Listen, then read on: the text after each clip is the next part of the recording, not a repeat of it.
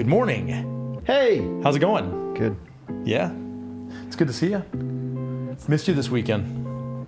Yeah. Well, yeah. Let's talk about that. Okay. What do you want to talk about? Talk about how it felt taking Logan. Oh, to yeah. Nashville. Well, this is what you want to do? As if you don't think I prepared for my... I prepared. Uh-huh. Yeah. You've been cutting onions all morning. I've been I just... No,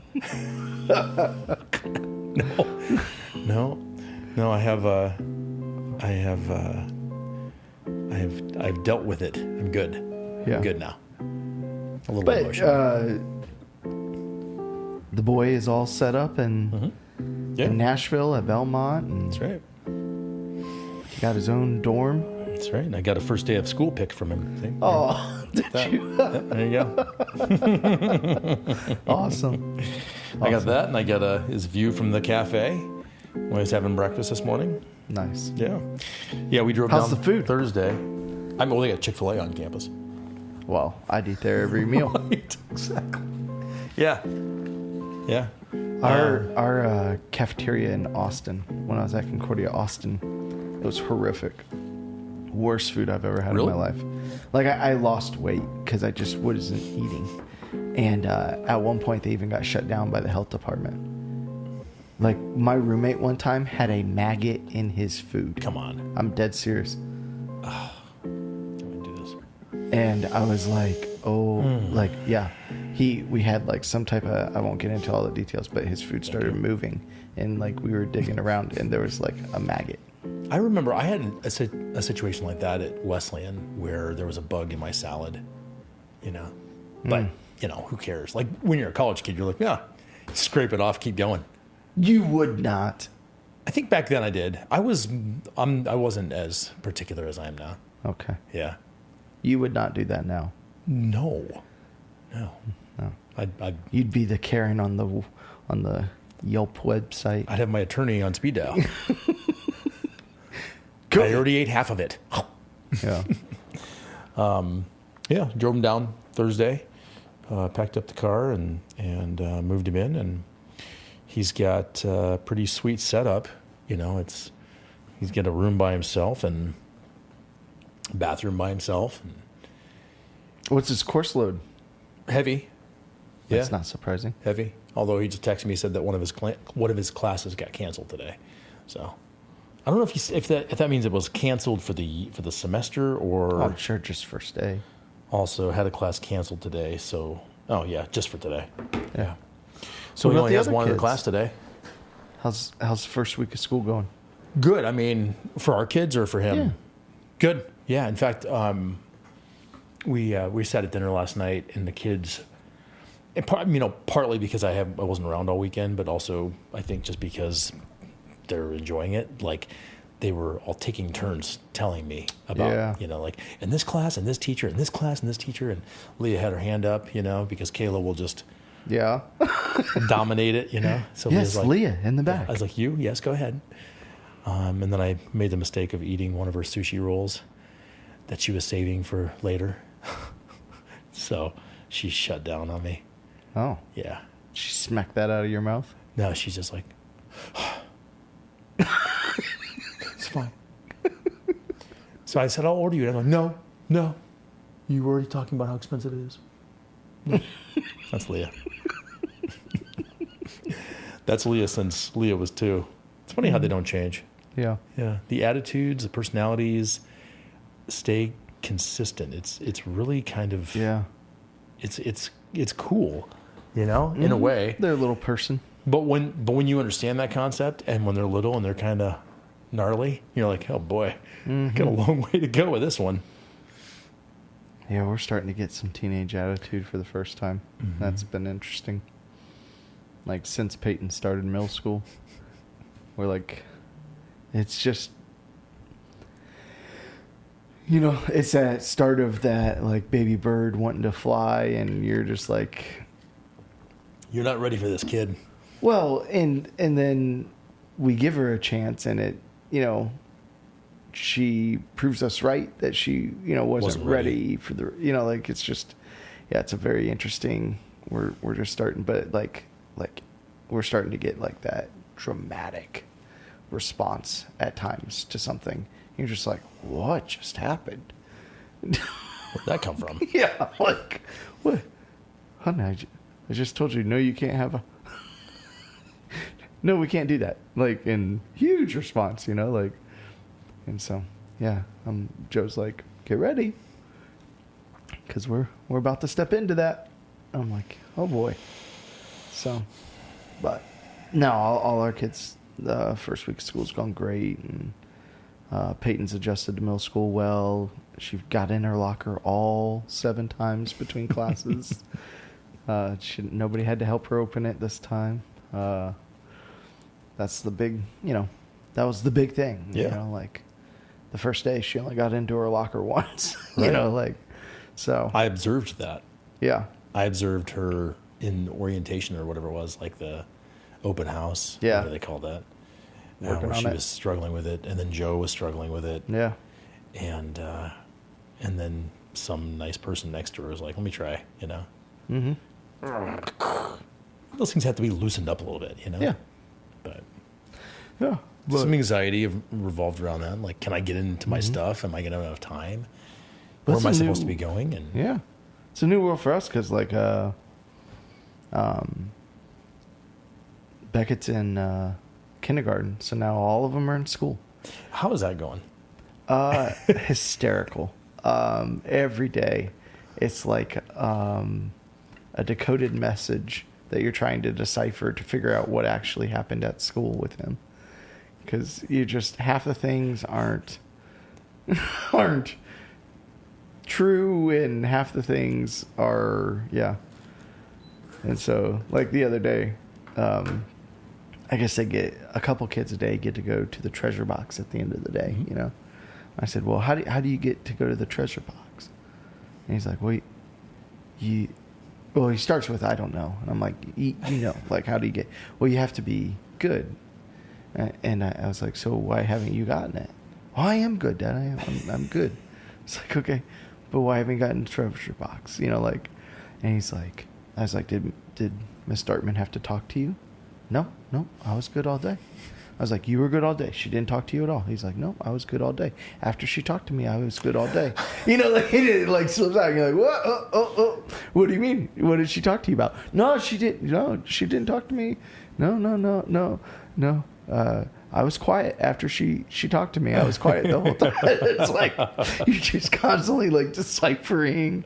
There's these little coded messages you have to pick up on, and so. But it sounds like he's doing good. Yeah. Yeah. But yeah, he's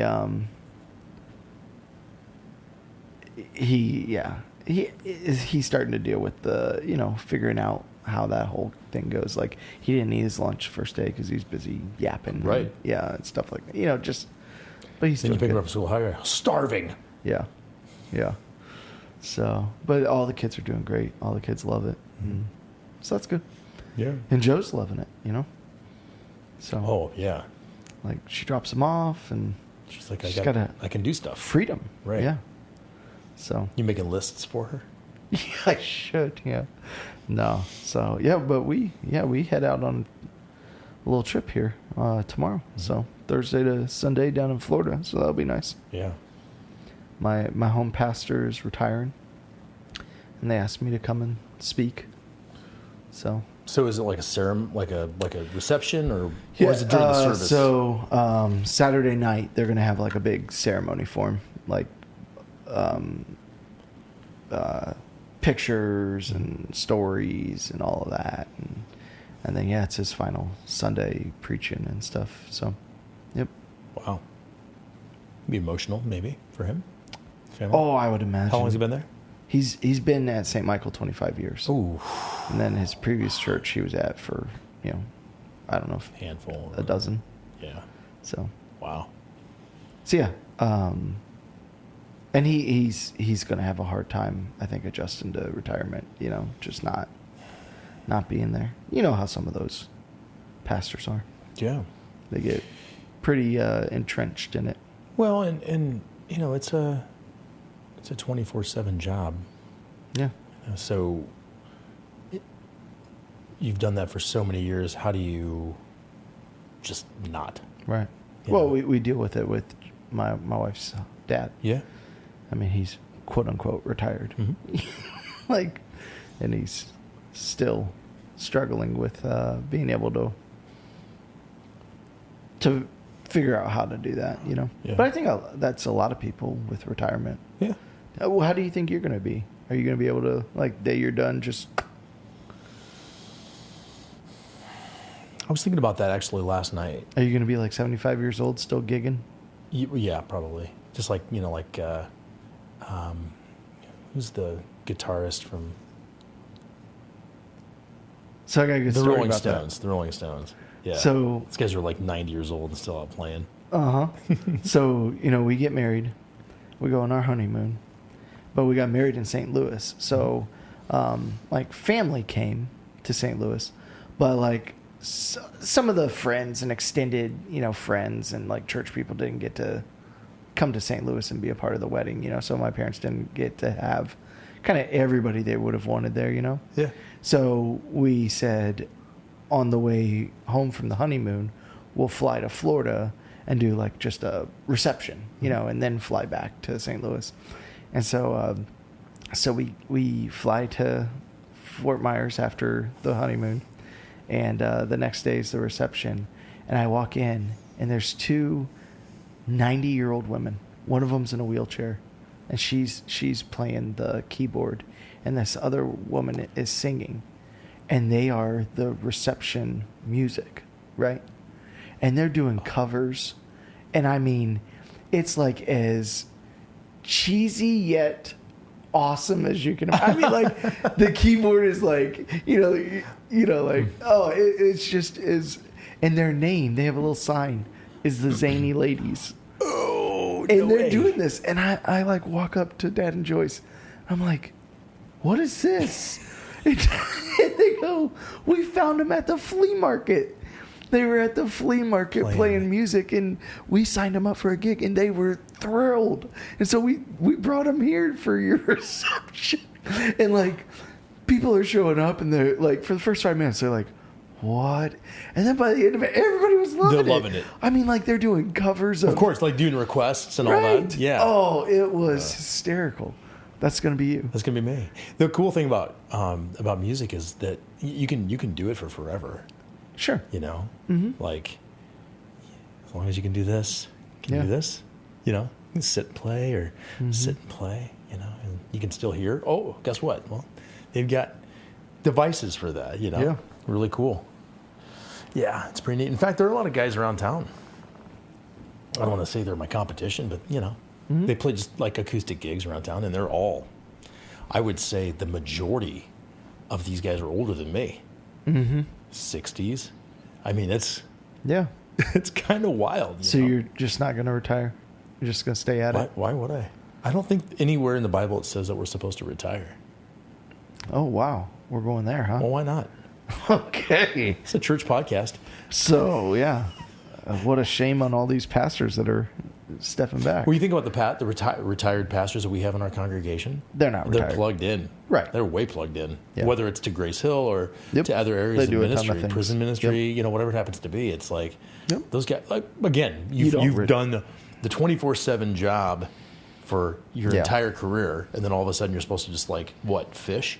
Right. You know what I found interesting is and no knock to people who are like this, but when people retire from whatever the position is, their career is, and then they spend like their days gardening or picking weeds and taking care of their, like, people who mow their, like, my neighbor we used to live next to, he would mow his lawn like 2 or 3 times a week, you know, and I'm like,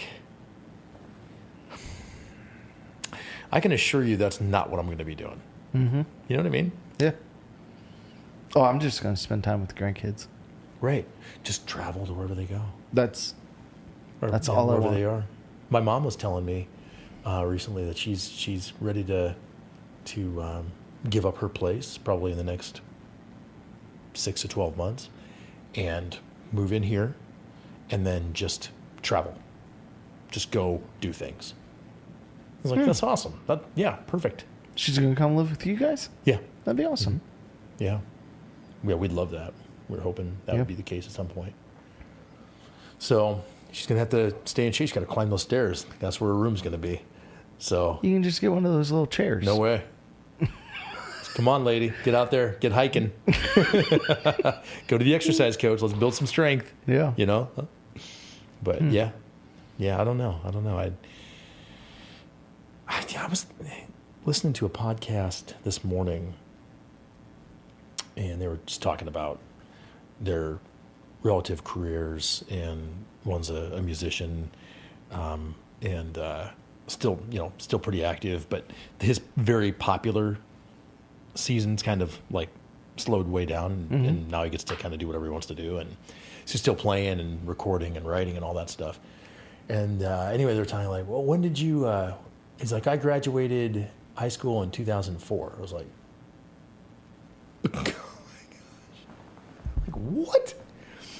So I'm driving, drop the kids off. I'm driving, and I was like, oh my gosh, I am so old. I graduated 2002. This is wild to me. This is crazy. I had to take a deep breath. Because like, wow. Yeah. But I think still some good years left in me. Yeah. It's all about the attitude. Age is nothing but a number, they say. It's a frame of mind, a state of mind. And, what's the attitude? What's your attitude? Attitude does play a huge role. It was a good Sunday for the comments afterwards. That was fun to talk to people, and because attitude shapes everything, man. It really does. So much of life. Like even my wife works in cancer, and she says it all the time. Like whatever their attitude going in is, you can usually determine how they're going to do by like how they're handling it, like what their attitude is towards it, and health, it happens. I think I watched that Netflix put out the Swamp Kings. It's the Untolds series, like they had the Manti Te'o one, the Johnny Football one, and stuff. They just put out one on Urban Meyer at Florida. So it's all about like Tebow and Meyer and stuff. And I watched that last night, and it's just unbelievable. You listen to who Tebow is, and I've always been a Tebow fan. I think it's incredible, the person he is, and I know some people got turned off by it, but and even his teammates were just like, there's no fake. He's the real deal. Yeah. Like what you saw of him, that is truly.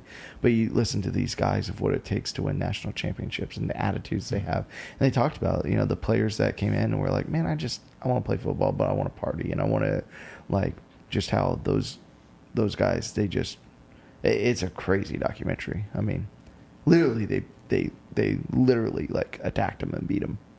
Like they would punch guys. They would get in fights in the locker room. They would hit guys that weren't working hard. Like one of the linebackers talking about one of the running backs that wasn't going all the way, and was cheating on workouts and he so I went up and I punched him in the face. It's just crazy how, but that attitude and that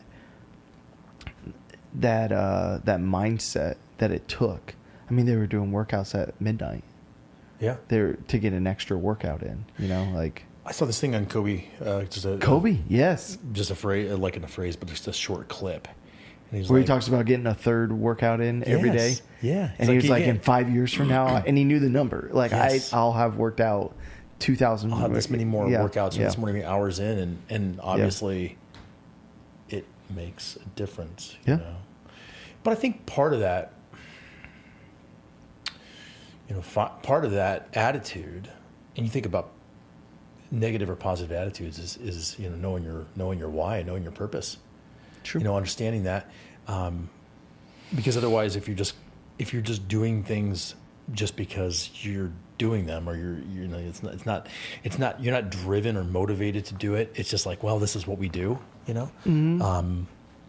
like those other football players. They're like, well, okay, yeah. I mean, I've been on lockdown. Now I'm in college and I've got some freedom and some autonomy and I can do whatever I want to do. And now that's what I want to do. You know, football is not my purpose, not my life. It's not, you know, and the reality of that doesn't mean they're not good players. It just means they may not be as good as they could be or as a part of that team. But knowing your why, finding your why, knowing where your purpose is will, I think, be a big push to your positive attitude or negative. You know, when I was thinking about, you know, dropping Logan off, and he's very driven, very motivated, disciplined. You know, he knows what he wants, and he cuts out. He almost to a fault cuts out all the other stuff, you know, for the sake of the purpose. And and then listening to your sermon, you know, I was like, you said Halo came out. Yeah. Be it not for your experience with Halo, you may, you know, your path to being a pastor would be completely different. Correct. You know, that was for me too in college. You know, like I found the piano in college, and the business courses that I was supposed to be attending they were not attended. They were not well attended. I missed some exams. Yeah. I had some moments like you where I showed up and they're like, well, you missed the final. Yeah. Like, what? Yeah. I thought that was today. I'm ready to. No, you missed it. Yeah. You know, but it's funny how, you know, you meander through some of those things, or you think you are and not really sure, but God's still placing you and pushing you. I love that story. I love that, you know. I was asking Cameron last night because he didn't mention it. Oh, yeah. How about how you did chapel for Ignite? Yeah. Right? And I was like, hey, you didn't tell me Pastor Justin was in. And he goes, he's like, oh, yeah. And I said, what was he talking about? And he shared, you know, some of your story. Oh, okay. And I go, did you ask him any questions? He goes, no. I said, did you like it when Pastor Justin had to tell Maddie that her dad was going to be a pastor and she didn't know? He goes, oh, that was hilarious. Yeah. Who's the new guy? Your dad. Your dad. What? Yeah. Yeah. I can't wait to talk to Brady today and see how that went last night. Oh, right. So what he's talking about, I went and talked to one of the classes at Concordia, and Brady's daughter was in the class, and I was talking about how we're going to have a new pastor soon who followed God's calling and, you know, was an eye doctor and left that to take classes at night, and he's going to become a pastor. About like 5 minutes later, Brady's daughter raises her hand. He goes, who's going to be our new pastor? I was like, your dad. And she, like, her face was priceless. It was like, this was the first time she was hearing this. She was like, what? I was like, what do you mean? Maddie, like, your dad, he's going to be a pastor. He's been going to school. Yeah, in January. He's getting ordained. And she was like, oh, wow. It's like, oh, gosh. Yeah, so can't wait to talk to Brady today. I told him that yesterday, so we'll see what the reaction was when he went home. I'd like to talk to him a bit more, you know, and he and I have had an opportunity, like you were out at some point in time when we did just a one-on-one podcast. Yeah. And going back to attitude and purpose and, you know, some of the directions that will lead you. You know, and he said that one of the main reasons he felt the calling to become a pastor was in his field as a provider, as a doctor, eye doctor. He wasn't getting to experience the opportunity to really develop personal relationships with his patients, because it was more like, okay, here's your appointment, we're going to accomplish these things, and then on to the next one. It was about how many people can I see throughout the day rather than spending time. Yeah. You know. Yeah, he said his favorite part of the day was actually just sitting down and talking to people and helping them. Yeah. But I'm just wondering what his attitude was like. I mean, if he would just go home and just be like dejected or just kind of wiped out from the process versus, you know, what his calling was. And how different that is now, even though, I mean, he's burning it. I mean, the guy works tremendously hard. He's a full-time student. And that that program, that SMP program, is no joke. It's a heavy course. Oh, it is, yeah. Huge responsibility. And he's acing it. Of course he is. He's a stud. He's so smart too. Yeah, he is. But then he's got 2 little kids. He's got a busy family. His wife's busy. But it is really cool because, like, the whole time, he's been growing towards his kind of his strengths as a pastor are different than mine, and which is a good thing because he's good at things I'm not. And his heart and his passion is for counseling. Like, he just loves that part of the job. Yeah. But the problem has been, for 99% of the people, when they have something that's going on, they want to talk to me. Yeah. And it's been cool over the last, 3 months or so. That's starting to shift. And, he is so... And I'm excited, too. He actually has people that are calling and setting up times to talk to him. Yeah. And he's, coming into my office. He's like, hey, this person wants to come talk. Is that okay? Are you good with... I know you've talked to him before. And I'm like, Brady, yes. That's, people are starting to see you as their pastor. He's going to do his first baptism this weekend. Where they asked him to do it, not me. And I'm like, that's beautiful. That is exactly what we want. That people see you as their pastor too. Yeah. That they want to come talk to you, that they want you to baptize their kid. Because I think our church is only blessed by that. Because not everybody's going to connect to me. Not everybody's, that there's multiple pastors that people can connect to, that they feel close to. It only strengthens our church. Yeah. And I just love that role is starting to really blossom. He came to me, he was like, I'm getting kind of a full schedule. And I was like, yes, sir. Do it. Because he loves it. He loves it. And that was why he left optometry, was he said, I catch little glimpses of these people's lives, and I want to help with more. I want to be a part of their lives and help. And so, yeah, he's getting those opportunities. And so I'm really excited for him. If people don't know how present that guy is in a conversation. Oh, yes. How committed he is to the person right in front of him. Yeah. How he's not distracted in any way, Nor is he the let me just jump in and fix this real quick. Oh, absolutely. He just has, because that's my best mindset. Demeanor. Oh, mine too. Well, and you're right, we're the same person. Because some will do counseling with me, and they're like, "How many weeks?" I'm like, one session. one. Come in. I will figure it out. Yeah. And it's done. I'm going to tell you what's wrong. Right. I'm going to tell you where you need to fix it. And for some people that is helpful. Some people it's just Sure. just tell me what I need to do. Tell me what God would say to this. And it's like, boom, this is what he would say. This is how you do that. And I do long-term of course counseling. Yeah. But what you're saying, Brady, he has the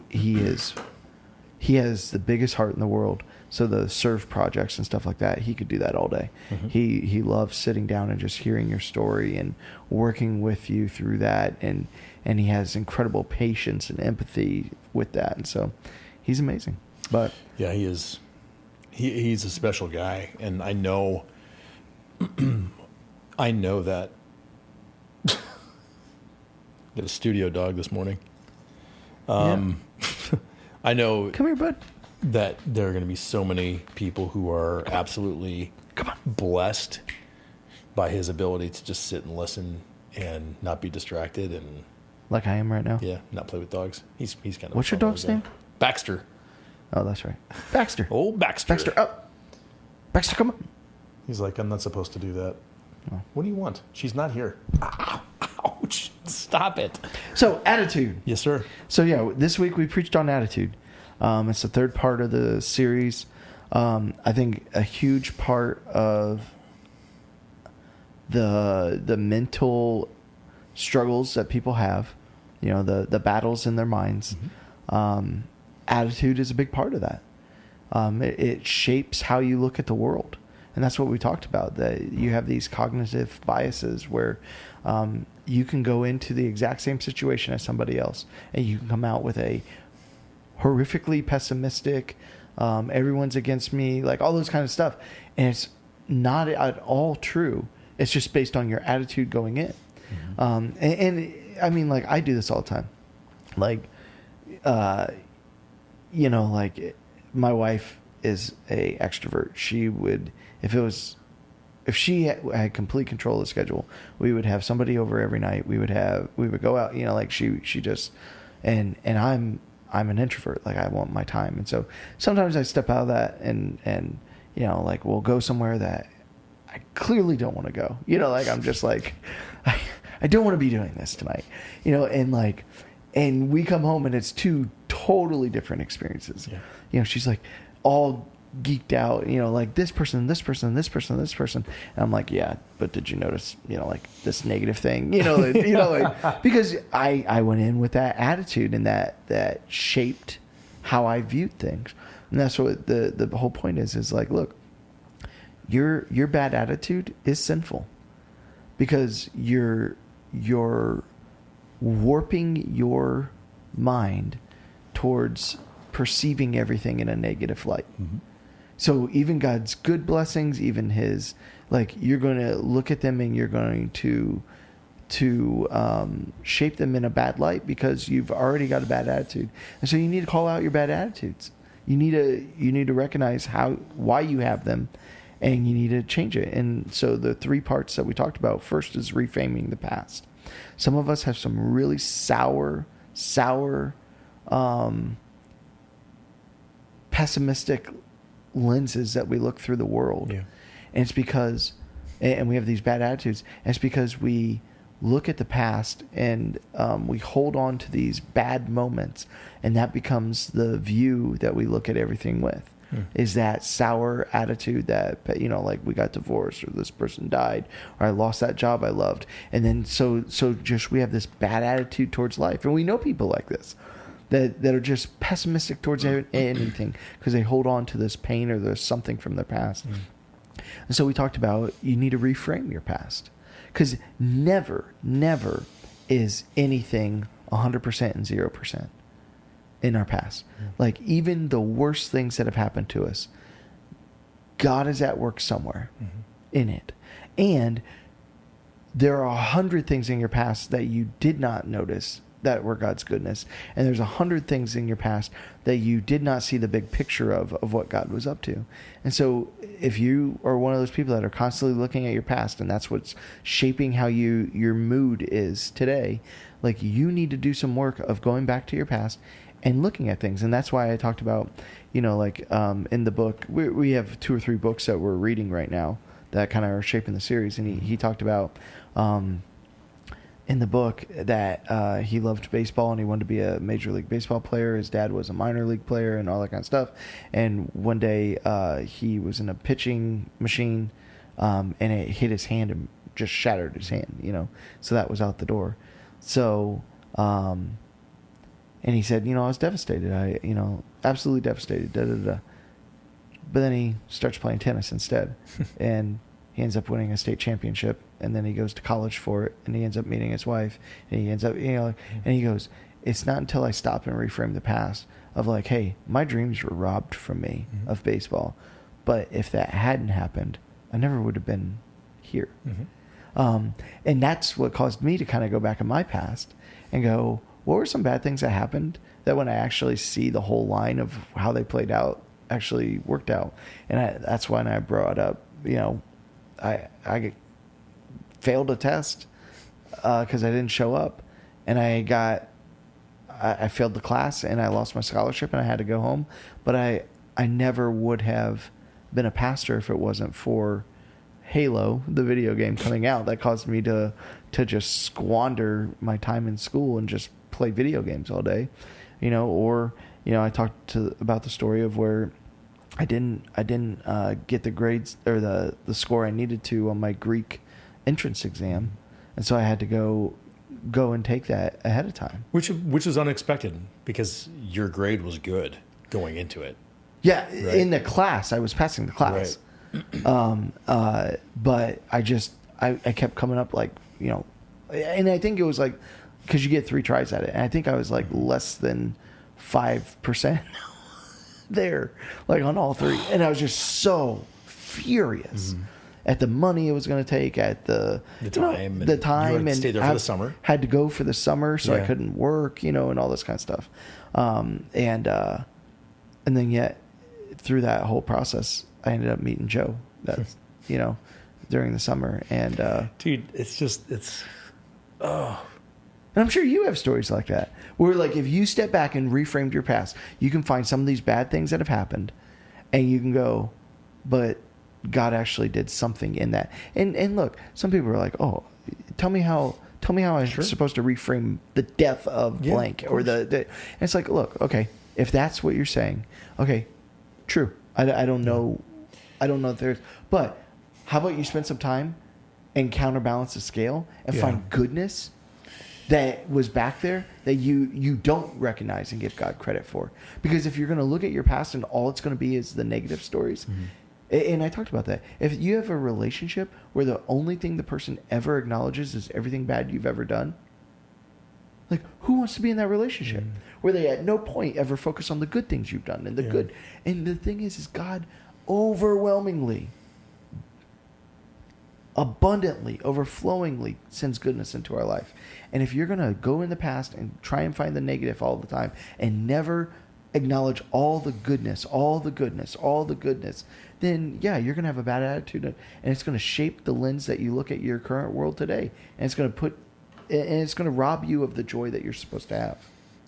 It's old John Piper quote, his purpose in the suffering.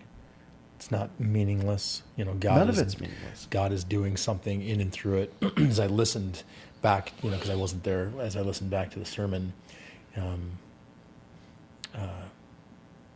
there are so many songs that came to mind, and that happens quite a bit. Like after the fact, I'm like, oh, this song would have been good, But yeah, that's true. Things that I think back that shaped me in seasons of struggling, devastation, tragedy, or just difficulties. Those things did shape me into who I am, in a positive way. In the things that I think are beneficial now, and in things that I'm able to do, and people I'm able to help. Even though at that time it was horrible, just those seasons were so dark, so dark for me, and they felt like they were really long seasons too. Right. Like there was no way out. Like at certain stages, you're like, well, this is my life. This is it. This is what life is. It's suffering. It's sadness. It's depression. It's all those things. And now, looking back, it's just a blip. It's a small amount of time in the grand scheme of things. And I've said before, I wouldn't change anything about it. And even if there are bad things and you're like, there's nothing good in that, it at least set you on a path and a course that directed you to where you're at today. Yeah. Where you can be thankful of, like, but I have this. Yeah. By the grace of God. By the grace of God. And I know that, for people who are hopeless, and don't have a foundation in faith, don't have a relationship with our Lord. But it's sad. It's a different we know these people that perspective. Just cling to their past in a negative light, and they're just a sour, unpleasant person today. And it shapes because then you're not going to recognize any of God's goodness today, because all you're doing is looking through the lens of the past. Yeah. And you're sour towards it. And thinking, like, if only that were different. If only that didn't happen that way, or didn't happen at all. And so the second part is, well, how do we look to the future? And God calls us out to say, like, I want you to look for my goodness. Imagine how your day would be different if you woke up today and you pre-framed saying, these are the things I'm looking for. These are the things I'm going to acknowledge. These are the things I know God is going to do. And I love that verse from Lamentations 3. where it says, the steadfast love of the Lord never ceases. His mercies never come to an end. They are new every morning. Great is your faithfulness. I mean, that is a beauty, and that is true. If you wake up each day and say, God, I am going to seek out all this goodness that you're putting in my life, and I'm going to acknowledge it, and I'm going to focus on those things. I'm going to pre-frame. Of course, some junk's coming. Of course, work is going to be a lot. Of course, the kids are going to have this. Of course, but I'm going to pre-frame these things, and I'm going to focus on them. I'm going to look for them.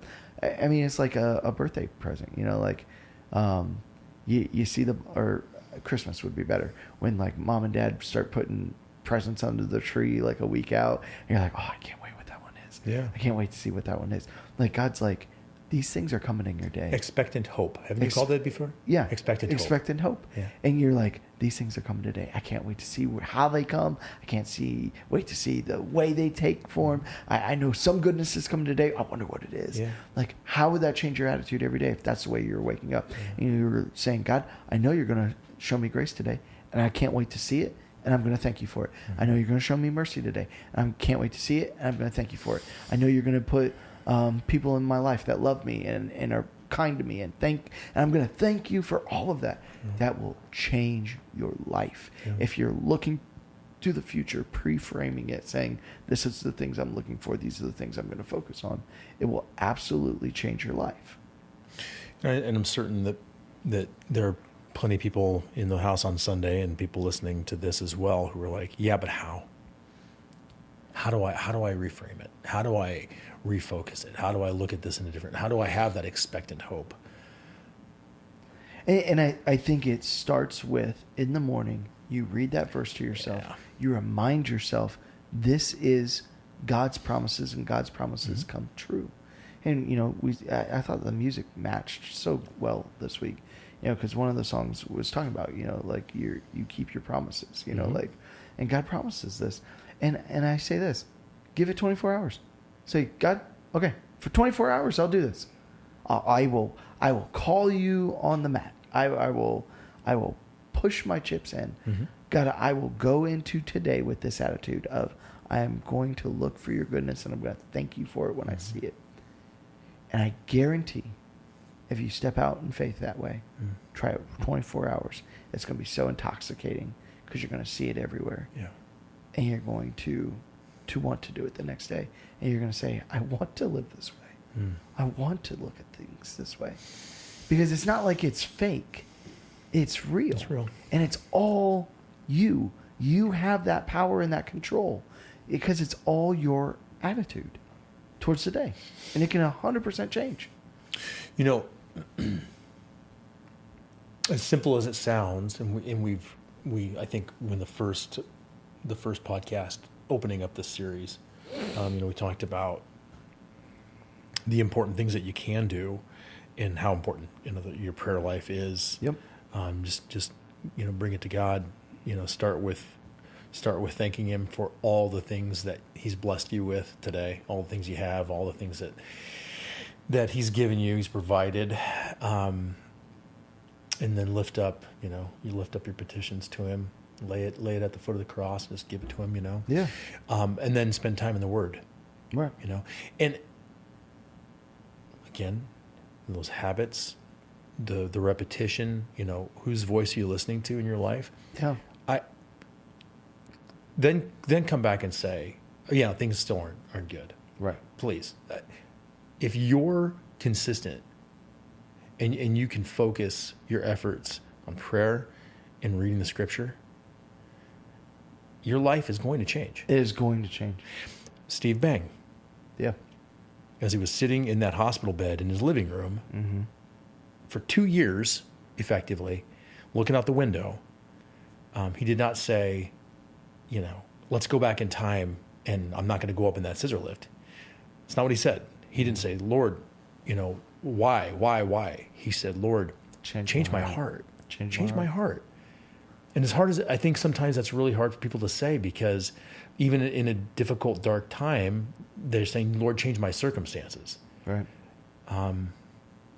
That's 100% the truth. So many people, that's how they treat it. Change my circumstances, not change my heart to endure this. And that leads into the third one. And that's like, hey, you can reframe the past all you want. You can pre-frame the future all you want. But bad things are going to happen. God promises. When God says his promises come true, he also, Jesus promises of all things, bad things are going to happen too. Trouble. You're going to have trouble. Yeah. And that you prepare your heart ahead of time saying, even if I will. Yeah. And it's that verse from Habakkuk, which I love that we went into some of these books to get some verses. But that verse in Habakkuk is so cool. Because he's like, even though, the trees aren't going to blossom, even though there's not this, even though there's not this, even though, and he's like, even though all of those things, I will. Yeah. I will rejoice because you're the God of my salvation. And I think one of the things that changed my life long ago, when I began this journey as a pastor, is, and I'm not saying that I don't have any weaknesses in my spiritual faith and all that kind of stuff, but one of the things that I think shaped my life was embracing an attitude of that, hey, no matter what, I get it, that you're better, you're greater. Like, bad stuff's going to happen, but you're the God of my salvation, and that's better.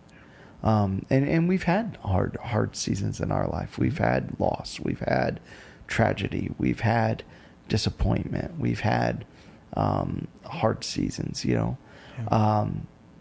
and those things just don't rock me. And it's because I've embraced that attitude that I have predetermined in my heart. Like, throw your worst at me, Satan. God's greater. Even though I will. I'm going to rejoice in him, because what else is there? Yeah. I remember the darkest moments of my life of sitting there and going, what else is there? No hope? Despair? Like, no. Like, I'm going to cling to your promises in this darkness.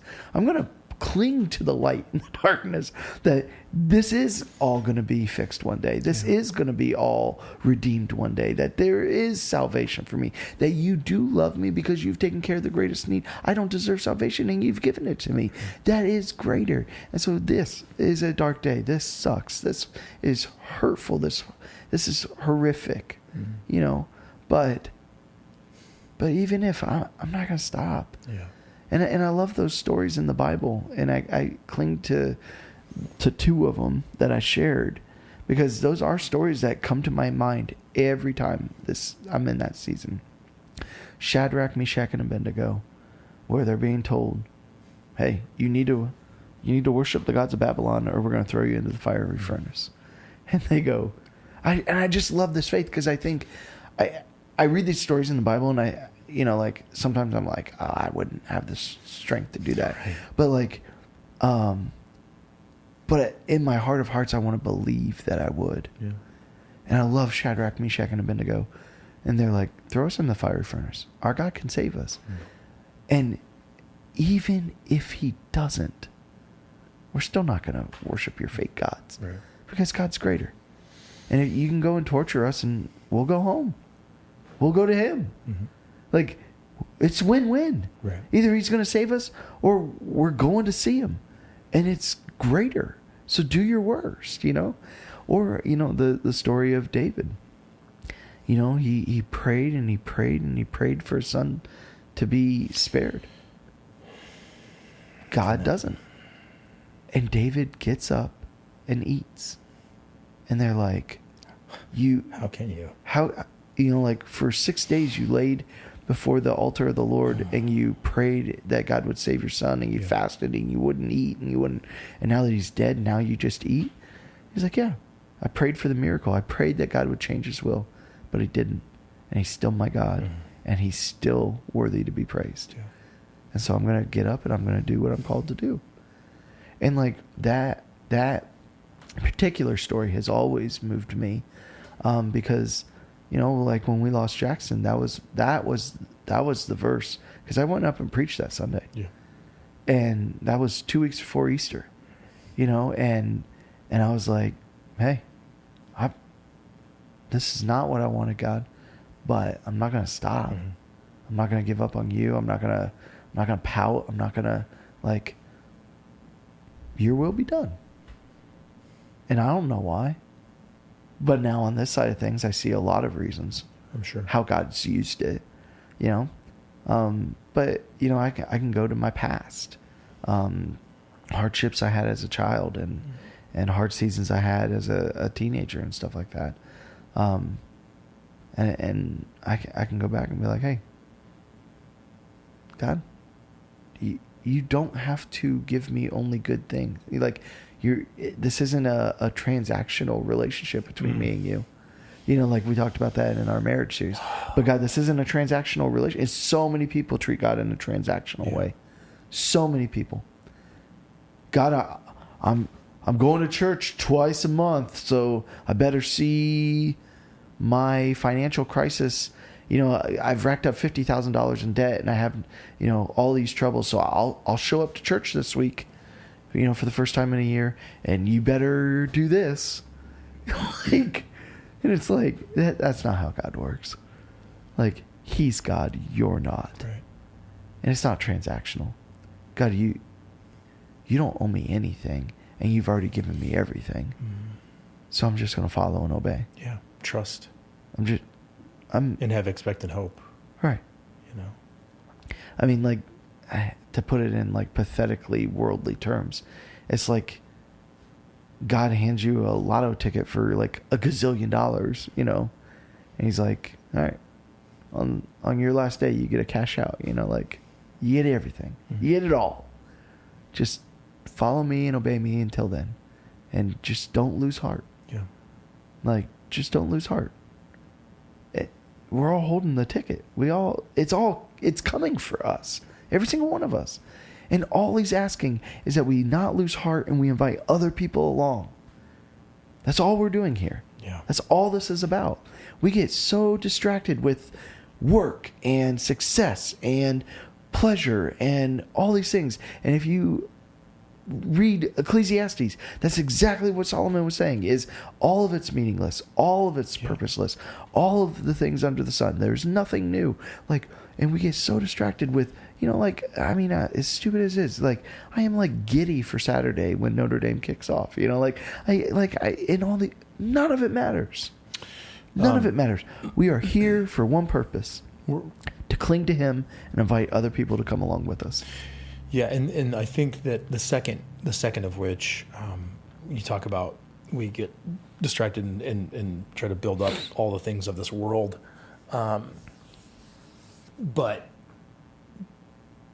the other side of that is the mess that this world is, and the negativity that we get just ingest from the news and social media, and the infighting and the trolling and all the negative stuff that goes. We're about to have elections.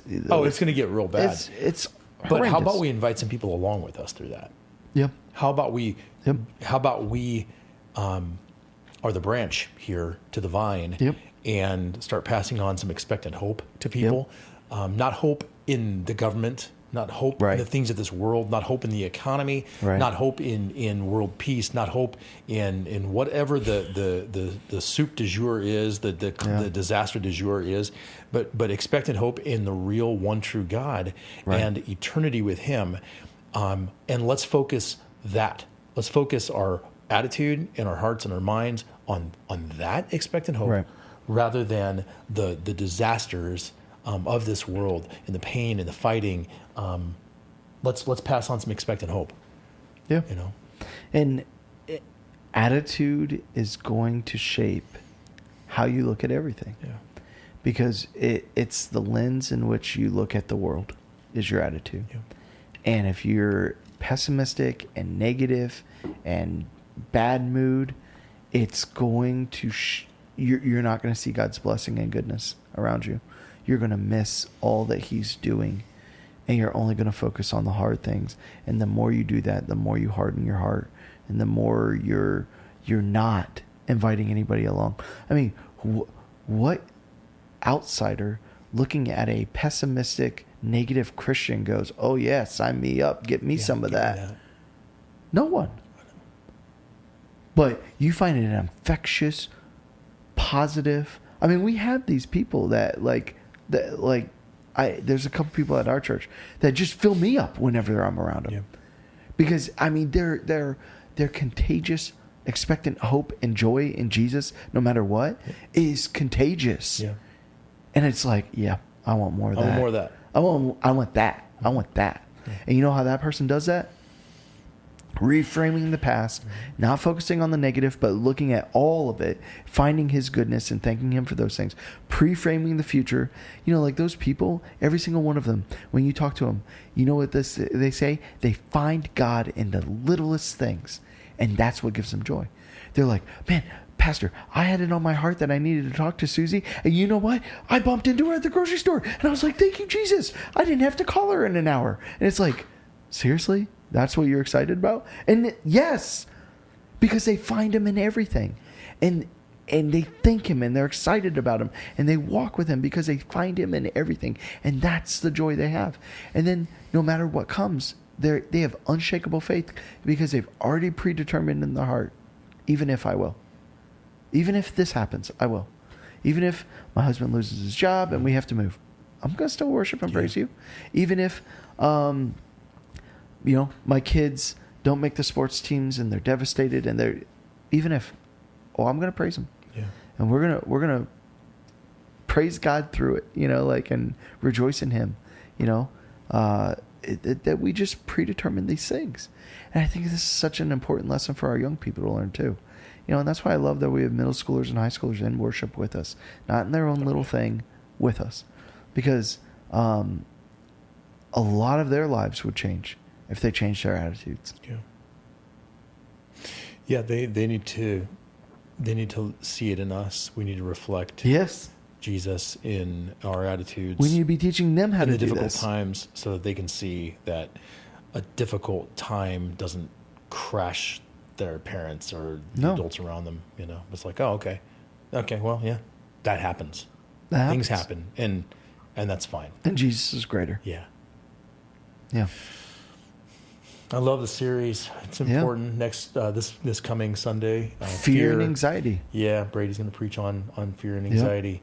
A huge one. Yeah. And it's been a battle. Like he and I, we spent a couple hours yesterday talking about it. Because it's so hard to find that balance to talk about fear and anxiety. Yeah. Because our world has such... How do I want to say this? Has so strongly shaped the conversation of depression. To treat it as something clinical, when actually there's a lot of spiritual in it. And to try and walk that balance of saying, look, this isn't what God wants for you. There is brokenness in this world, and all brokenness stems at the very beginning to sin. And there's this stigma about, depression and anxiety and stuff like that, this idea of, you don't want to kick somebody while they're down. Sure. And so, don't tell them that, it's wrong or it's sinful. It's who they are and it's something they bad. And it's like, well, anything that isn't what God intended for you, some way, shape, or form, whether it's sin that's thrust upon you or it's sin that you're holding on to and allowing in your life, is sin. Yeah. And so, Brady's got a difficult message to preach, or you out of love are trying to explain, like, it doesn't matter whether it's this or this or this. It's not what God intends. And anything that God does not intend for you is sin, which means we have to work it. We have to battle against it. We have to battle against it. We can't just say, this is just something, this is just who I am. This is just my journey. This is just something I'll have to live with. If God can heal a paralyzed man, he can heal you of your anxiety. If God can heal a blind man, he can heal you of your depression. That there is hope. Yeah. And does that mean that every single person is going to walk out of that place on Sunday and boom, my fear's gone, my anxiety's gone, fixed? No. But you need to know that it is something you can battle against, and it can get better, and that there is hope. Because there is a spiritual component to it. Yeah. And there is a sin and a following of God in that for you that you can call out. There are some contributing factors to it, to your fear and anxiety, that we can call out and we can work against. Yeah. And it can get better. There is nothing in this world that is broken that God cannot put back together. There is nothing in this world that is a struggle that God cannot do something within and make better.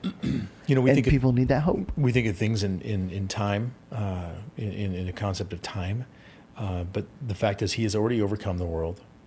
Yeah. And if we can think of things, use the wrong term, but almost like just fast forward. You said zoom out in your sermon this past Sunday, which I love. Zoom out and fast forward. This has already been accomplished. It's already been determined. He's already won it. He's already won. Yeah. So when you reframe it in that perspective and then go back into your present day, and they're like, oh, okay, wait. Yeah, it's already done. Yep. He's already won. I don't know how he does it. I don't know how this is going to play out, but I do know the ending. Yeah, I know the ending. Yeah, it's a happy ending. It's a happy ending. Yeah. And so, it's a difficult one because, if you're in the grips of fear and anxiety and depression and someone's saying like, oh, just have more faith or have more trust. Yeah. That's not the answer. Yeah. Or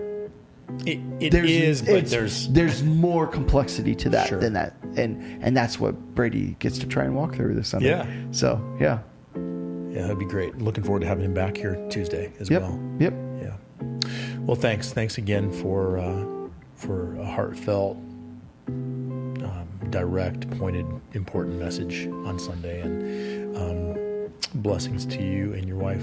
Thank you. You too. Yeah. And just one last encouragement. We're laying all this out here. Don't just be hearers of the word. Be doers. Yeah, be doers. If this is a battle for you, if this is what's going on in your head as a battle, just commit to 24 hours of doing something about it. It doesn't have to stay this way. And you have resources. Yep. You will have resources for sure. Yeah. We're blessed as a church to have the availability of people who can help you through it. Mm-hmm. Yeah. God bless you guys. God bless.